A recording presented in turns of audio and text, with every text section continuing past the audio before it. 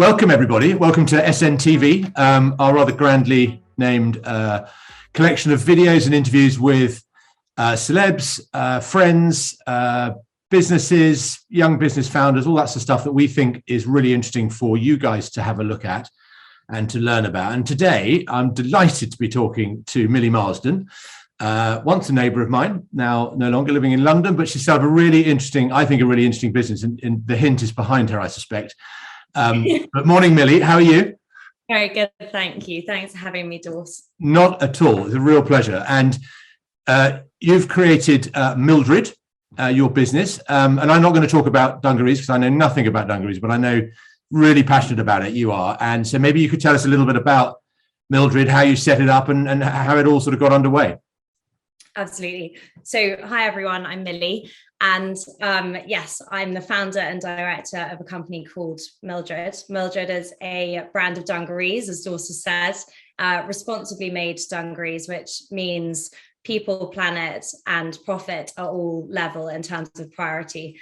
And the business is founded on my obsession with dungarees being the ultimate when it comes to understated cool and modern elegance. And I think I've found through my research and 2 months of launching that actually a lot of people agree with that. But the problem that I found, like so many people starting their own businesses, is that no one else is doing it quite the way I wanted it. So good quality, good fit. At Milldred, we make what I call proper dungarees. So metal attachments and the cotton and the dyes are all organic, which is something super important to me. And yeah, I think in a nutshell, that's sort of it. My background is in branding and marketing. So I've worked with lots of other brands who have been on similar journeys, but now I get to do something for me. Fascinating. I mean, it's a really interesting, and I know you have your own business. It's a massive leap, not into the unknown, but it's a huge leap of faith to go, right, I'm going to do this now. And I know for a fact that you were A, trying to get married, and B, COVID came along. And so you've had a load of hurdles. How was all that? That sort of journey to launch must have been a nightmare, wasn't it? Yeah, there were a few hurdles along the way. You're quite right. 2 weddings later and 2 years of pandemic. For the same person, I may add. Yeah. Just one husband, right? I just said that myself. Yeah. So do you know what? I actually sometimes think, or I've wondered more recently, that maybe Milldred wouldn't have even happened without the pandemic. Right. Although I was busy with work back in 2020 when the idea was born, the lockdown idea, I wasn't at a loose end, but it kind of propelled what was then an obsession with dungarees into action and actually, creating something. So yeah, I think from that side of things, the pandemic was integral. COVID was integral in launching, in creating that idea for the business. But also with my production being over in India, which I'm sure we'll come on to, obviously last year, March to July, there was, little to no action over there. India was one of the worst hit regions. And so that really slowed down sampling. And yeah, but it's kind of, there's always going to be challenges along the way, aren't there? If it wasn't COVID, there would be something else, I'm sure. So, and actually, if it was too straightforward, it would be really boring, right? It needs to be. So you talk about India. So you go from drawing board to manufacture. How on earth how does someone go about finding a manufacturer in India, for example? Yeah, it's a good question. And it's one of the biggest questions, I think, when anyone's starting their own business, like you say, particularly where you want to supply a product and you really, really care about how that's made and where it's made. So honestly, I think the best way to start is just by asking people. I think something that I've really learned now is that people are more than happy to help. And often people who have started their own businesses love to talk about themselves and their own journeys. So ask.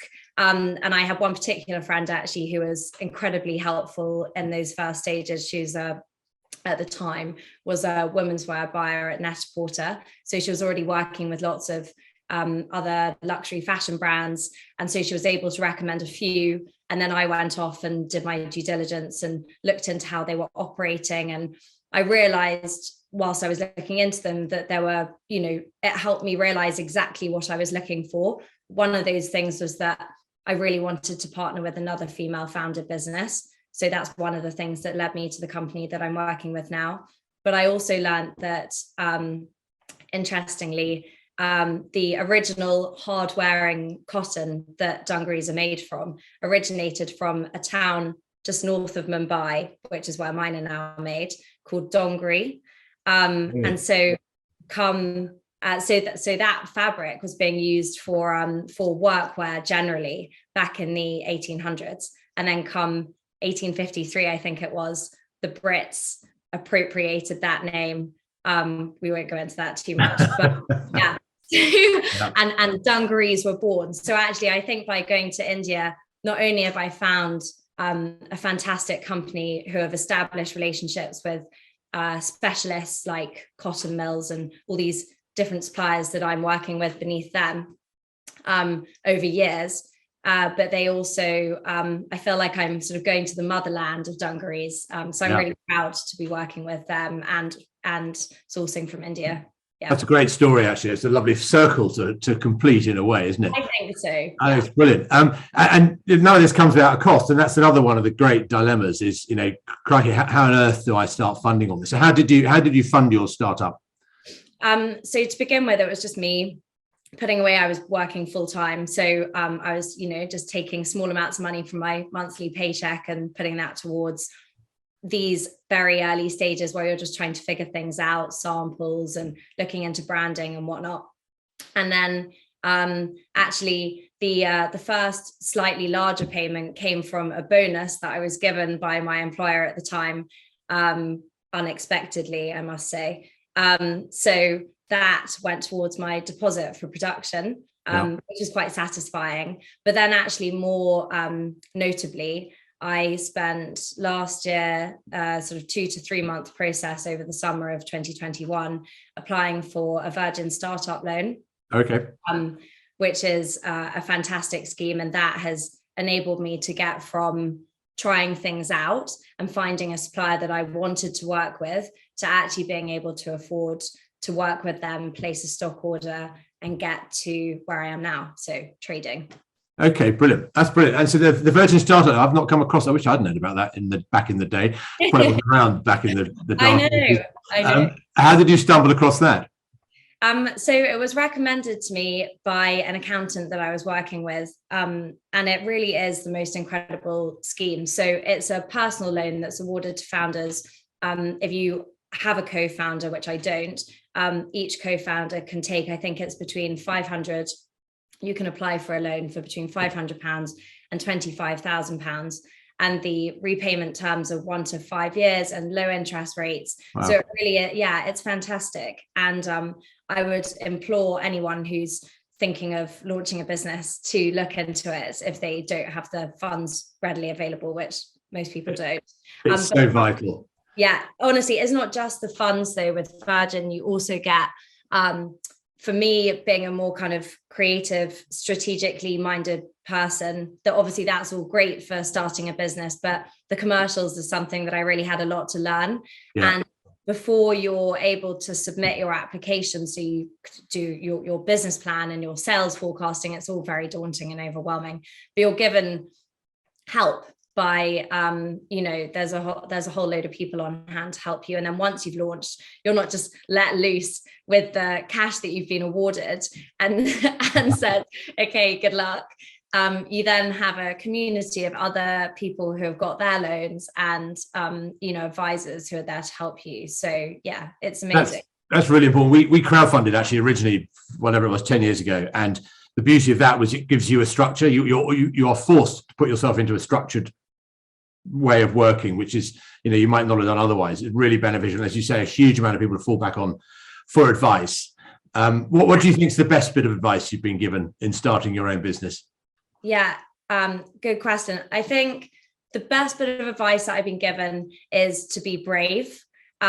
So take risks. I think do your research, arm yourself with the tools that you need and the information that you need, surround yourself with good people, and I think back yourself. Unfortunately, I think women particularly suffer enormously from imposter syndrome, and can flounder a bit when it comes to turning a personal idea into action. And I'm no exception to that rule. I definitely spend a lot of time justifying myself.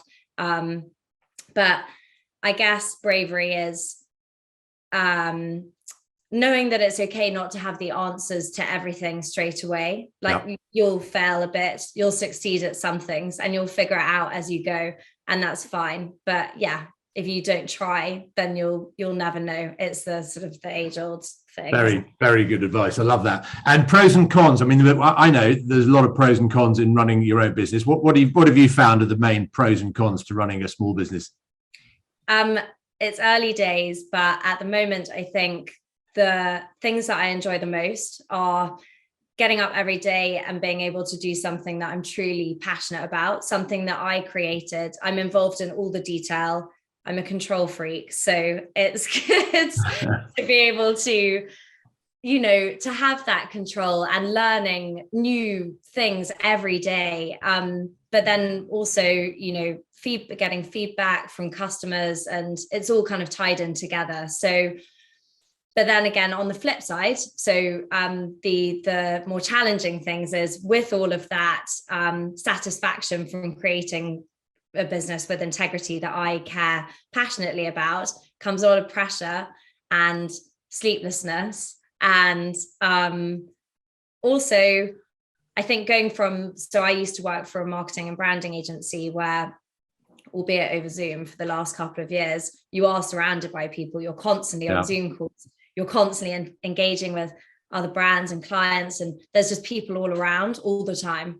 And then now it's me left to fend for myself and build up my own team of professionals external to the business, who can help me with things like building a website and all of those sorts of things that I can't do myself, try as I might to learn how to use Photoshop and all of those things. I'm doing okay, but I can't do everything. I love that. So, but there's no better isolating sometimes, and that's also that. I guess that's difficult, but there's no better learning curve. Actually, you know what I mean. If it all went wrong tomorrow, you would have learned so much in the last 2 years.